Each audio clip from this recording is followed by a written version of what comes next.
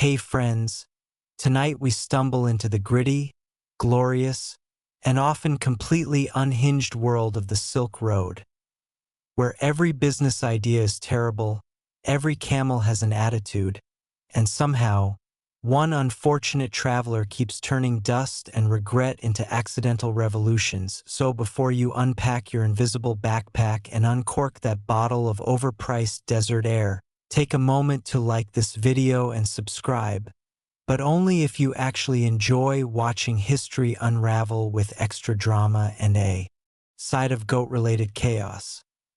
And hey, let me know in the comments where you're tuning in from and what time it is, especially if you're currently considering quitting your job to sell bottled wind. We've all been there.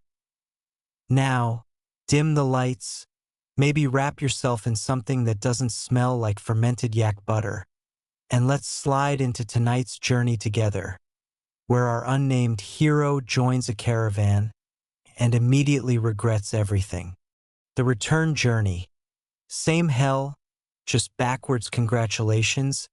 You've made it. You've crossed deserts that tried to exfoliate your skeleton, climbed mountains where oxygen was mythical, navigated a city bazaar built entirely on lies, lactose, and emotional blackmail. And now you're finally going home. Or so you thought. Because as it turns out, this nightmare was a round trip. You are not a victorious hero returning from an epic quest. You are a merchant, and merchants don't arrive. They reload. You stare at your new cargo: dyed cloth, spices, 2 jars of possibly cursed honey, and a ferret you definitely didn't purchase, and whisper to yourself, "I will not die on the way back." You lie. Your body, broken but walking. Let's take inventory. Your knees creak like haunted floorboards. You've lost at least 3 toenails, 1 molar, and your ability to taste joy. Your back has folded into a shape known only to ancient yoga demons. You smell like if cheese had a midlife crisis, but you're still standing, sort of, with help from a stick you now refer to as Sir Limpington. Your camel stares at you. You swear it's smiling.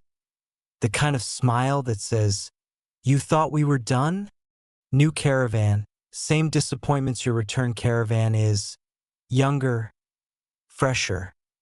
They still believe in things like optimism and fair prices. You hate them. They wear clean tunics. They talk about margins and scaling logistics. One of them tried to explain compound interest using raisins. You haven't pooped correctly in 6 weeks. You say nothing. You eat your dry flatbread in silence, blinking slowly like a disappointed grandfather. Food hasn't improved.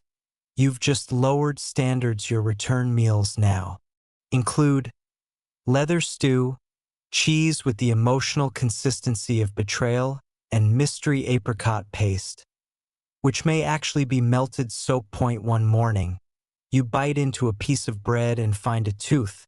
It's not yours. You eat around it. Because what are you going to do? Not eat. Health update. You're held together by spices and denial. Every part of your body has declared independence.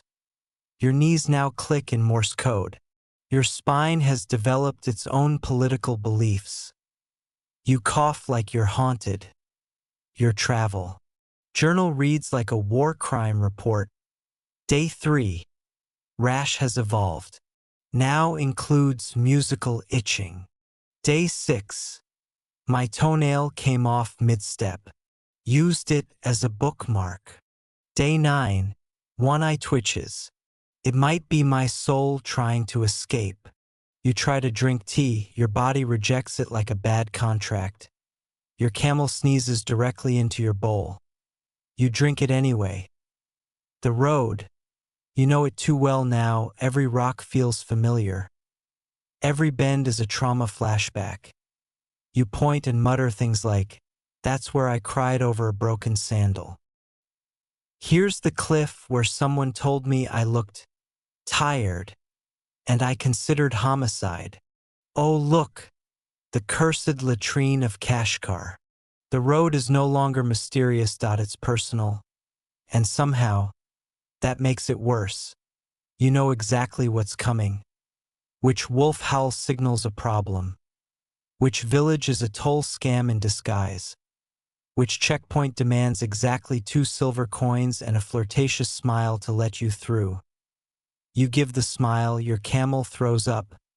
The nightmares return, and they brought friends sleep. You mean the nightly psychological film festival hosted by your worst memories? Every night you lie on a mat thinner than moral integrity, wrapped in a blanket that smells like fermented despair. You close your eyes and see the merchant who sold you fake saffron, the child who pickpocketed your belt, that one apricot that betrayed you.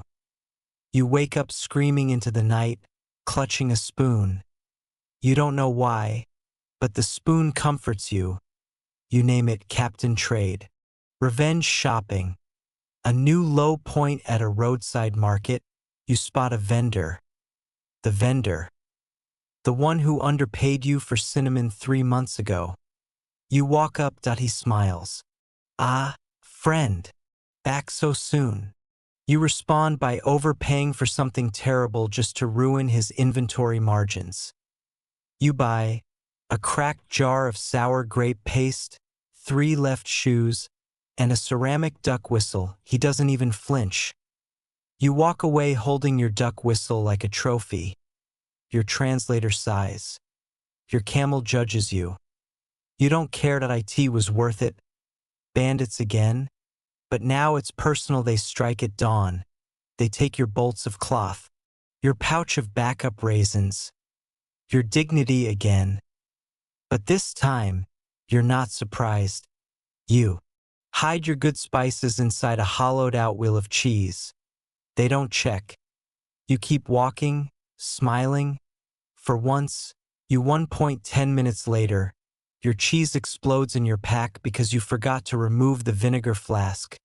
You cry softly. The camel walks away. City checkpoints? You again? You arrive at the checkpoint you passed months ago. Same guard, same hat, same expression. Smug disappointment. Papers? He asks. You show them. He squints. These were signed by Governor Dorgan. He's dead. You sigh. Still, he shrugs. Rules change. Another guard approaches. That's the merchant with the duck whistle. You bribe them with 3 shiny buttons, a mildly haunted spoon, and a slightly melted bar of goat soap. They let you through, but they keep the duck whistle. You mourn in silence. Your translator breaks one afternoon. Your translator just stops. He stares at a bush for 20 minutes, then turns to you and says, I have translated so many lies I no longer know what is real. You pat him on the shoulder. You whisper, that's called business. He weeps into a melon. You weep into your sleeve. The camel steps on a scorpion by accident and doesn't flinch. You take it as a sign. You reach home. You finally arrive at your hometown. The streets are familiar.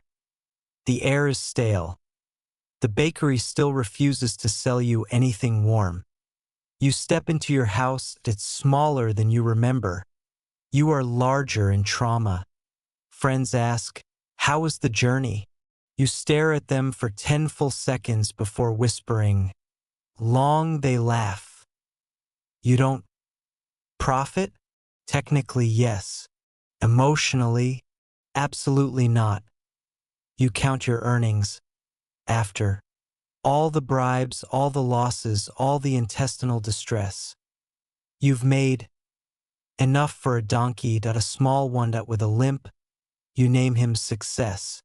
And then you look at the map. Weeks pass. The itch returns. Not the rash, well, yes, the rash too. But the urge. To travel. To risk it again. To see if you can do it better this time. You find your old map. You stare at it. You whisper to your camel, just one more trip, kicks you. But you're already packing. Food, faith, and fatal mistakes. A cultural buffet of doom. You've returned from one Silk Road trip, somehow alive. You swore you wouldn't do it again. But then you did. Because trauma is temporary, but trade? Trade is eternal.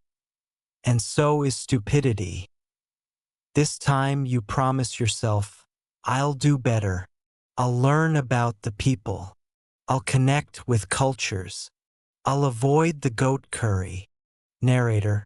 He did not avoid the goat curry. It starts with a feast. Your new caravan makes it to a dusty border town, halfway between who knows where and definitely regret that a local merchant waves you over. You must join the welcome feast, he says. You try to decline politely. He insists. And by insists we mean, you are now sitting cross-legged on a mat between two men named Uncle, who smell like incense and unresolved arguments. A dish arrives. It's brown, steaming, unidentifiable. You ask what it is. Someone says, traditional mountain stew, fermented yak intestine with surprise herbs. You take a bite. The surprise is betrayal. Your mouth floods with salt, spices, and what you suspect is memory foam. You nod politely, smile, swallow.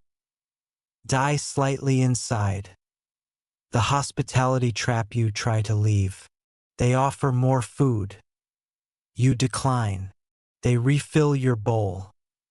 You place your hand over your heart. They take it as a compliment. You physically hide your spoon. They give you another spoon. Soon your belly is full of sheep butter, goat cheese, possibly aged in a boot, pickled fish, pickled things that used to be fish, and one item that might legally be categorized as an amphibian. You want to puke.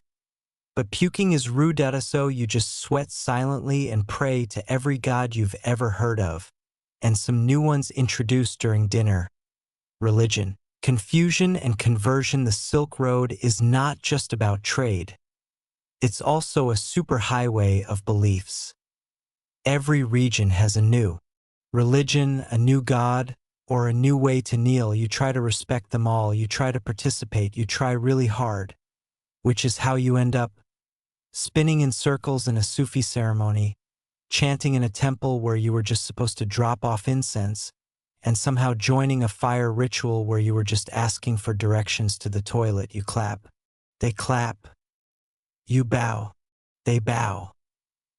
You blink, and someone gives you a holy bracelet and calls you brother. You now might be a monk. You're not sure. You ask your translator. He's crying again. The ritual foot wash incident in one village. You remove your boots at the temple gate. Standard practice. A boy runs up and washes your feet. You panic. You didn't ask for this. You tip him. Now you've committed to a sacred offering ceremony involving doves. You're given a live bird, told to whisper a wish, then release it. You do. It flies 3 feet and lands on your head. You ask if that's good luck. The priest gasps. That means the spirits chose you.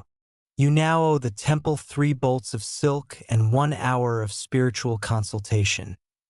You sit on a rug while a man named Dotto chants over your camel's saddlebag. Your camel farts. Dotto says, "It is done." You leave poorer and more confused. Language. A game of loud gestures and deep misunderstanding. You try to pick up the local tongue. Words like trade, friend, not poison, I am not married, and please don't curse my camel. You practice with children in the street. They laugh. One teaches you a phrase that supposedly means blessings upon your home. You say it to a grandmother. She throws a shoe at you. Later you discover it translates to, "May your goats birth tax collectors." You stick to nodding and interpretive eyebrow wiggling. Accidental marriage number 2. The couscous curse. One evening, you're invited to dinner with a silk weaver and his family. You think it's just dinner. You smile. Compliment the food. Say the daughter has a kind aura. You eat 3 servings of couscous. A sign of respect, you believe. The next morning, the father greets you with a handshake, a contract, and a ceremonial scarf. You are now married. Again, your translator says, "We should go." You say, "We just got here." He says, "Exactly." You flee at sunrise. You hear the weaver yelling about dowries as your camel speeds up. You don't look back. Street performances. Cultural or scam? YS.in town near the mountains. A group performs a shadow puppet show in the square. It's stunning, mesmerizing. The puppets tell a story of love, betrayal, and a monkey king. You applaud, you're handed a cup. You drop in a coin. The next morning, your face is on a poster. Apparently, you're now the foreign patron of monkey theater. You are expected to fund their next 3 performances. You try to decline. They bring out the monkey. It clutches your leg. It's wearing eyeliner. You pay. Food poisoning. The final boss. You swear this new stew is different. It's warm. Spicy. Delicious. You inhale it. Ask for seconds. You smile at the cook and say, "Amazing." He smiles and says, "It is very fresh. The meat was still alive this morning." You pause. "What kind of meat?" He shrugs. "Mountain squirrel. Or horse. Or cousin of mountain squirrel." Your soul leaves your body before the bacteria does. That night, you hallucinate a tea kettle trying to assassinate you. You sweat through 3 blankets. You attempt to pray, but your stomach interrupts with Gregorian chants. Your translator tries to cool you with a fan made from goat skin. Your camel watches, silently judging your weak constitution. Hospitality means never saying no everywhere you go. People offer things: tea, bread, fermented yogurt, religious blessings, necklaces, daughters. You're constantly full of food, stress, and spiritual confusion. You say yes out of politeness. You end up baptized twice, circumcised once, symbolically, thank God, and listed as a shareholder in a tea shop in Nishaper. You start refusing gently. People get sad. One old woman cries because you won't eat her pigeon heart stew. You eat it. You cry. She smiles.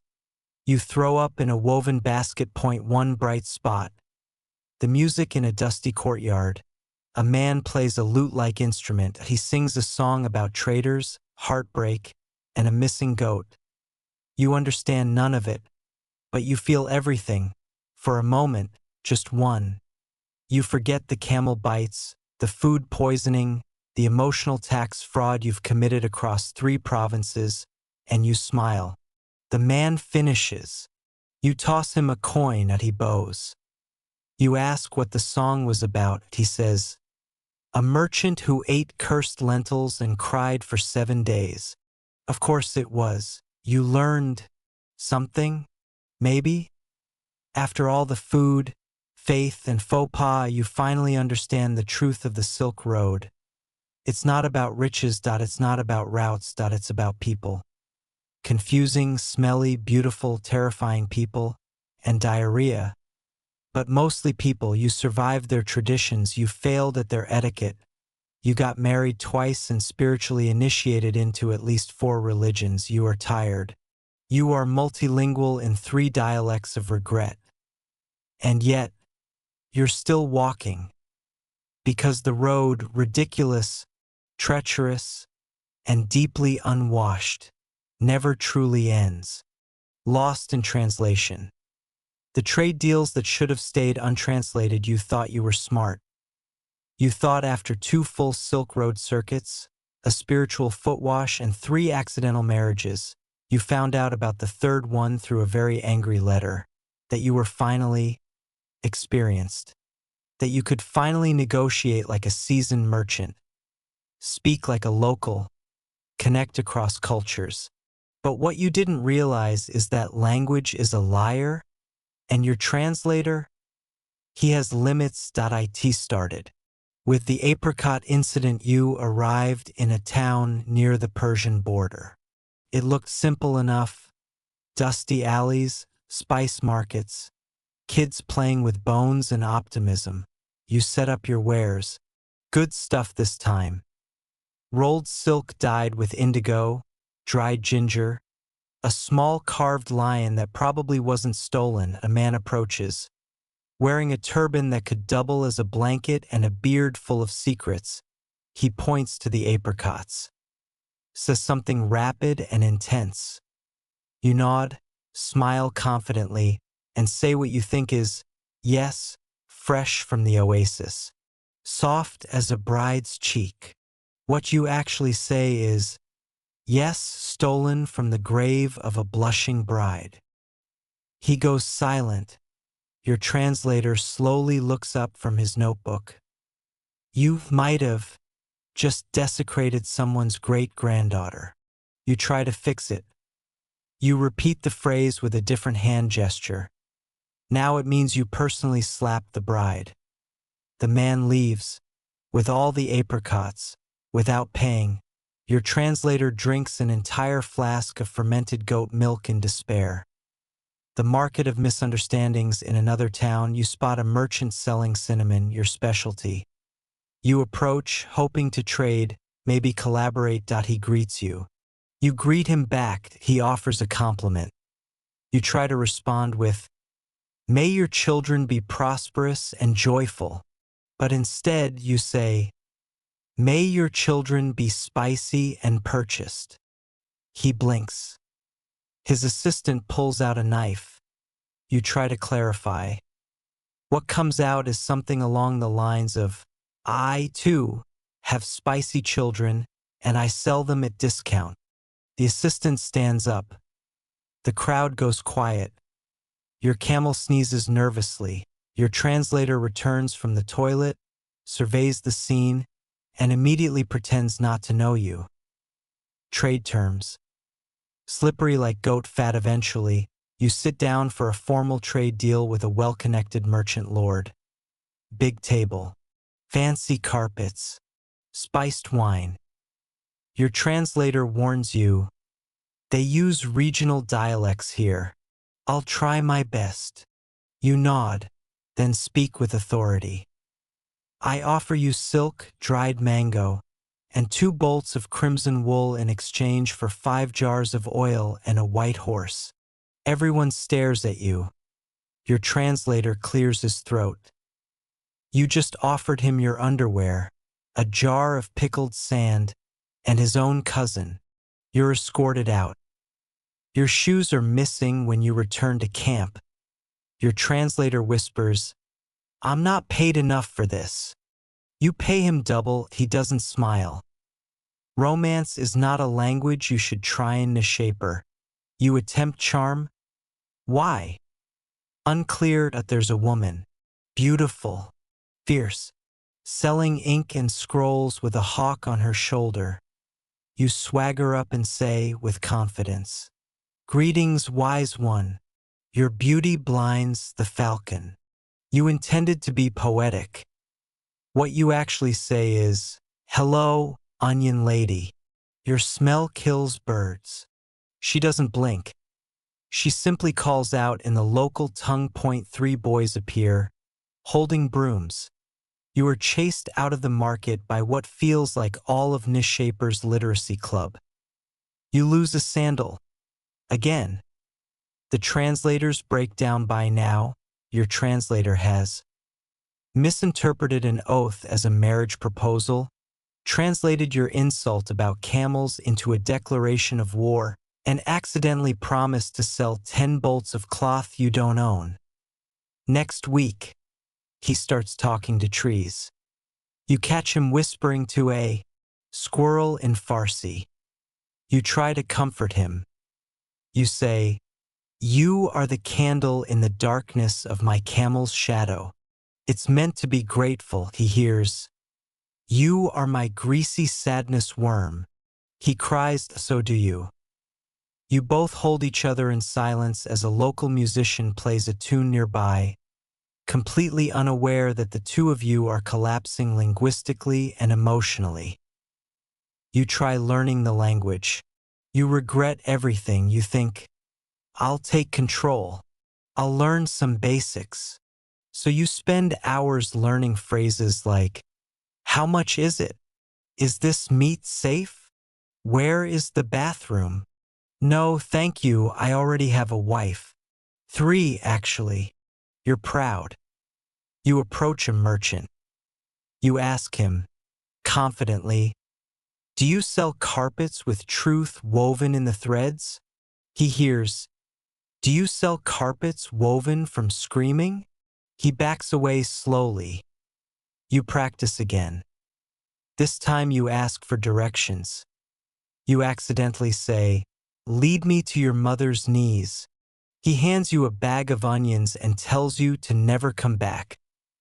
The great goat debacle in a small town near the steppes. You're offered a goat in trade. You try to say, "How old is this goat?" You actually ask, "When did this goat know love?" They assume you're trying to marry the goat. A priest is summoned. You try to say no. What you say is, "Yes, and I shall take her to the mountains." Your translator shows up halfway through the ceremony. He doesn't stop it. He just sighs and joins the procession. You spend the night in a yurt with a goat named Bibi and a deep sense of regret. You do not speak of this again. When it finally works, sort of, in the town of Merv, you stumble across a trader with almond oil and a patient smile. You approach cautiously. You point, gesture, smile. He responds slowly. Between your terrible grammar, the translator's exhaustion, and some interpretive dance, you manage to say, "Good oil. I trade cloth. Red. Soft. Feels like camel's dream. You want? Fair price." He nods. You nod.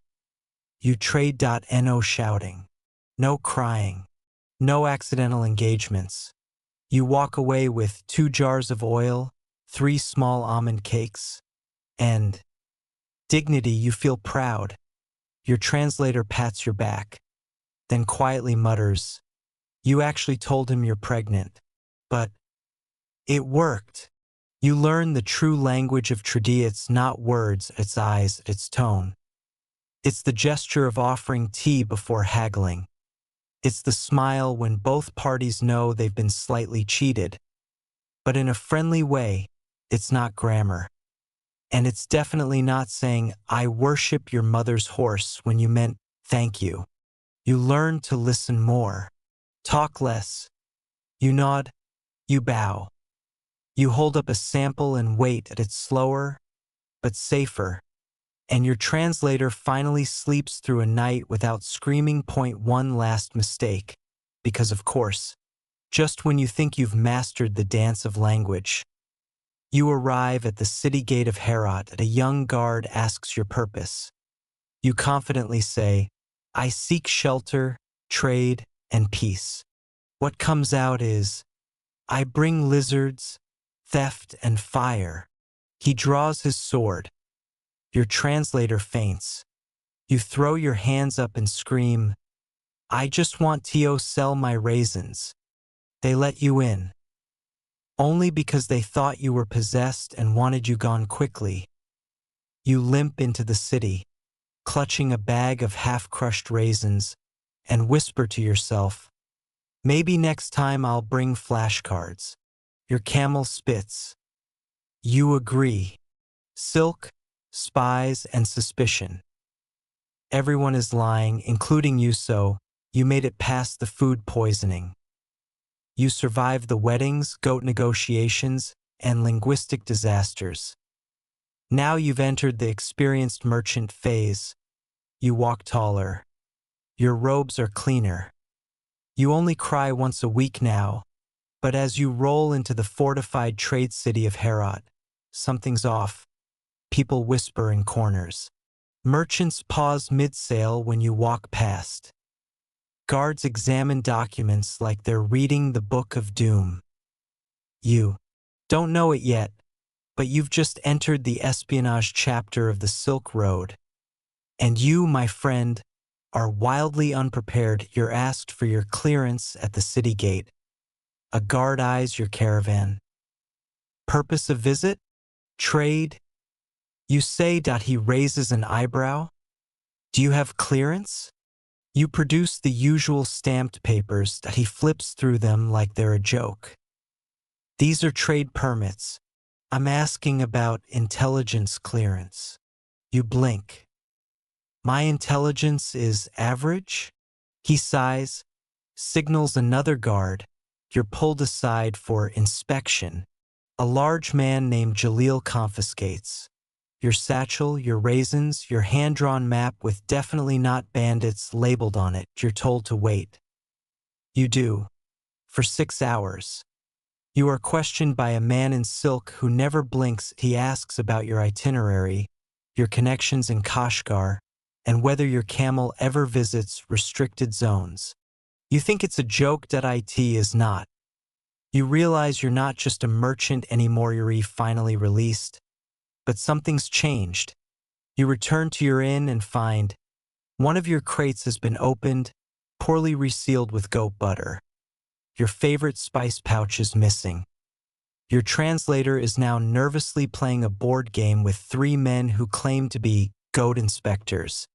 You ask if he's okay. He nods slowly, then whispers, "I think I'm being followed by 2 men and a dog." You laugh.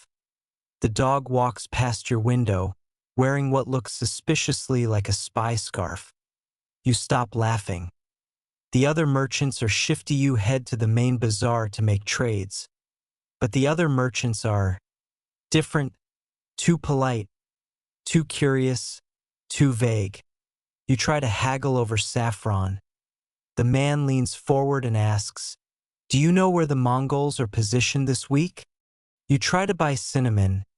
The woman hands you a pouch and says, "It smells like the emperor's war horse, doesn't it?"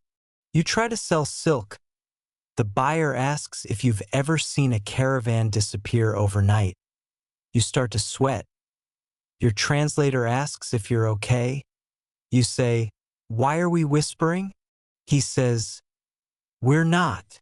You realize you've been whispering for hours out of sheer paranoia. You discover trade is a code word one night. You attend a merchant's banquet, fine food, laughter, music. You loosen up. Maybe it was all in your head. Then the wine merchant beside you leans over and says, "So, you deal in spices, but which kind? Cinnamon or the kind that goes boom?" You drop your grape. He doesn't blink. You excuse yourself to the restroom. The boy follows you and whispers, "The scroll has been moved." You say, "What scroll?" He says, "The one you're looking for." You say, "I'm just trying to sell raisins." He bows. "Of course, the raisins are the key." You lock the bathroom door and sit on the floor for 10 minutes. Your name is being used. The next morning, 2 guards arrive at your stall. "Are you the man from the West who carries news sewn into his silks?" You blink. "I carry apricots." They confiscate your silks anyway. They cut them open. They find 1 moth, half a raisin, a crumpled poem about soup you wrote during a lonely night in Tabriz. They leave disappointed. But now you're terrified. Someone is using your identity. Someone is sending messages, and someone is doing it better than you are at selling anything. You start checking all your bags twice. You sleep with one eye open.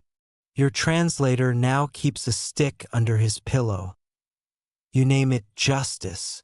The spy camel situation. Your camel starts acting weird. .it refuses to move at checkpoints. .it stops in front of only certain doors. .it kicks over a crate that, you later discover, contained forged coins. You joke. Maybe he's working with the city guard. Your translator doesn't laugh. Later that night, someone tries to bribe your camel with apples. You realize your camel might be a better informant than you. You sleep with your saddlebags under your blanket. Your camel watches you from the corner. You don't break eye contact. It blinks first. You win. The messenger with no name. One evening, a man with a crooked hat approaches your tent. He slides a letter under the flap and vanishes. You read it. It says, "The night market knows your secret. Leave before the coins melt." You stare at your translator. He reads it, then burns it. What does it mean? He shrugs. Could be metaphor. Could be threat. Could be goat code. You nod. Cool. Cool. Let's not go to the night market. You go anyway. Of course you do. You're an idiot.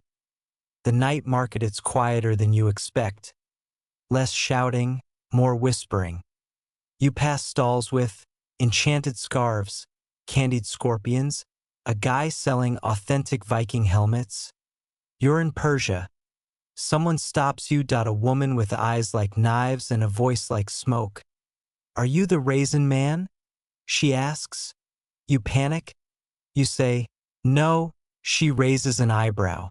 Then why do you smell like silk and secrets?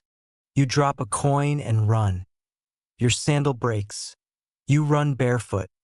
You trip over a lute-playing boy who curses in 5 languages. You hide in a spice sack until dawn. You're tired of secrets, exhausted. Every deal feels like a trap. Every greeting feels like a test. Even your camel is jumpier than usual. You snap at your translator. I'm not a spy. I just want to sell silk. He says nothing, just slowly turns to you and says, do you know you're not a spy? You pause. You actually pause. For a full 10 seconds. Because honestly, at this point, who even knows anymore? The final betrayal. You finally decide to leave Herat. Enough lies. Enough stress. The last checkpoint. A guard waves you through. You breathe. Freedom. Then you hear shouting.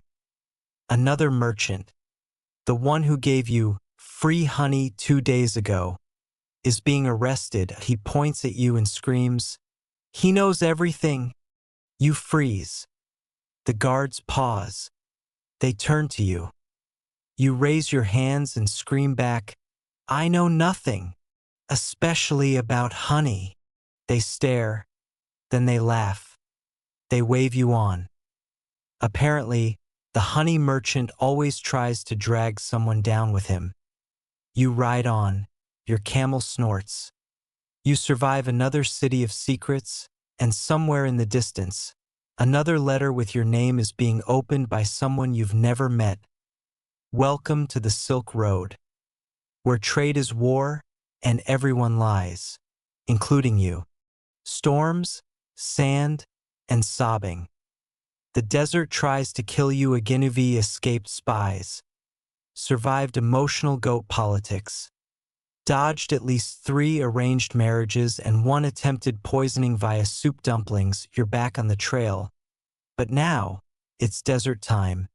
And not the cute Instagram kind with camels and soft music. No, we're talking about death wind, soul roasting, I just saw God's toenails kind of desert. The Taklamakan. Literally translated, you can go in, but you won't come out. Your translator laughs nervously when you ask if it's safe. Your camel refuses to make eye contact. You've crossed it before. Barely, But you've grown now, smarter, wiser, dumber in more creative ways. You press forward. The heat. A personal attack by noon. The sun isn't shining. It's attacking. Your turban is soaked. Your robe sticks to your spine. Your lips crack so hard, they qualify as fault lines. You drink water. It's warm. You cry a little. The tears evaporate mid-air like some kind of cruel desert. Magic trick. Your camel pants. Your translator pants. You pant. The wind pants back, except it's made of sand and regret. You pass a dead tree, you name it shade. You sit under it for 2 seconds before realizing it's not a tree, but a hallucination. Your translator quietly eats a raisin and mutters, "I miss prison." Sand. The main character, it's in your ears. Your nose. Your scrolls. Your socks. Your camel's ears. You sneeze. Sand comes out. You blink. Sand in your eyes. You chew dried apricot. Somehow, yes, still sand. You stop the caravan and scream, "Where is it coming from?" The desert says nothing, but you hear it laughing. A gust of wind slaps your face with what feels like a billion sharp crumbs from the devil's pantry. You attempt to curse the wind. It responds by flipping over your tent mid-setup. Your translator mutters, "The sand god is petty." The mirage incident, you swear it's a lake. You see water, shimmering, blue. You sprint toward it, arms wide, hope flooding your chest.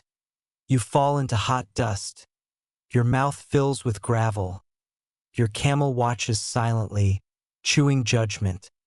Your translator walks past and says, "Third mirage today. That's a new record." You lie in the dirt for 10 minutes, thinking about life, onions, and why you ever left your village. A beetle crawls over your face. You don't move. You're spiritually dead inside. The sandstorm. Nature's middle finger just when things can't get worse. The sky changes. The light bends. The wind hisses. Your camel groans and sits down. Your translator shouts, "Storm!" You think, how bad can it be? 2 minutes later. You can't see. You can't breathe. You can't tell which way is forward. Sand pelts your skin like micropunches from angry fairies. You wrap your face. Crawl under the wagon. Your translator crawls next to you. You scream, "Is this normal?" He shouts, "I saw a man get sandblasted into a skeleton once." You don't know if he's joking. You cry again. It turns to mud on your face. The desert laughs harder. Navigation is a lie. The next morning, everything looks the same. Flat, hot, beige. Your compass spins in a circle like it's mocking you. The sun is no help. It's just a blazing light bulb frying your brain like a dumpling. You ask your guide, "Where are we?" He shrugs. "Definitely somewhere." That's not helpful. You walk for hours. Every dune looks like the last. At one point you're convinced you saw your own footprints, going in circles. You throw your sandal. It disappears into a dune. Your camel immediately sits on it. You accept defeat. You meet the desert people. You stumble into a group of nomads. They look at you like you're a walking comedy show. Your robe is torn. Your face is sunburned. Your beard has actual cacti pieces in it. They offer you salted camel jerky, warm goat milk, and a blanket that smells like 14 unwashed festivals. You eat. You cry again, happy tears this time. You try to thank them. You accidentally say, "Your tent smells like my grandmother's fear." They laugh hard. They adopt you for the night. Point 1 teaches you how to find water by following ants. Another gifts you a charm shaped like a duck. You don't understand it, but you keep it, because that duck might be the only thing that loves you now. You have existential thoughts that night, under the stars. You lie beside your snoring camel. You stare at the infinite sky. You think, why am I doing this? What is trade, really? Do raisins have souls? You consider giving up, opening a bakery somewhere in Samarkand, selling date buns to school children, living a life of peace and carbohydrates. But then you remember your debt, your ex-wife's brother who still wants his goat back, the suspicious monk who said you owe him your spirit in 5 currencies. So you get up, brush the sand off your face, and march forward. Because the Silk Road isn't just about trade, it's about suffering artistically across time zones. The oasis that actually exists 3 days later, just when you think your bones will liquefy. You spot it, green, shimmering palms, water. A real, actual, wet oasis. You sprint, you trip, you scream. If this is another mirage, I'll burn this desert to the ground. But it's real, cold water, dates, shade. You dunk your face into the pool like a possessed dolphin. You cry again. That's 4 times this week, a personal best. You live, barely. You leave something behind. When you leave the oasis, you notice something. You're different. You walk slower. You listen more. You say fewer stupid things, still some, but fewer. You now respect shade like a god, fear wind like a tax audit, and consider camels to be royalty. You leave behind a broken sandal, a carved duck charm, gifted to a child, and 3 tears in the sand. You take with you 5 new blisters, 1 mysterious sunburn in the shape of a spoon, and a story that no one will believe, not even you. Because on the Silk Road, survival isn't just about food and trade. It's about respecting the desert and knowing deep in your bones that next time it'll try to kill you again, and it might win. But today you walked out, barefoot, sunburned, victorious, sort of.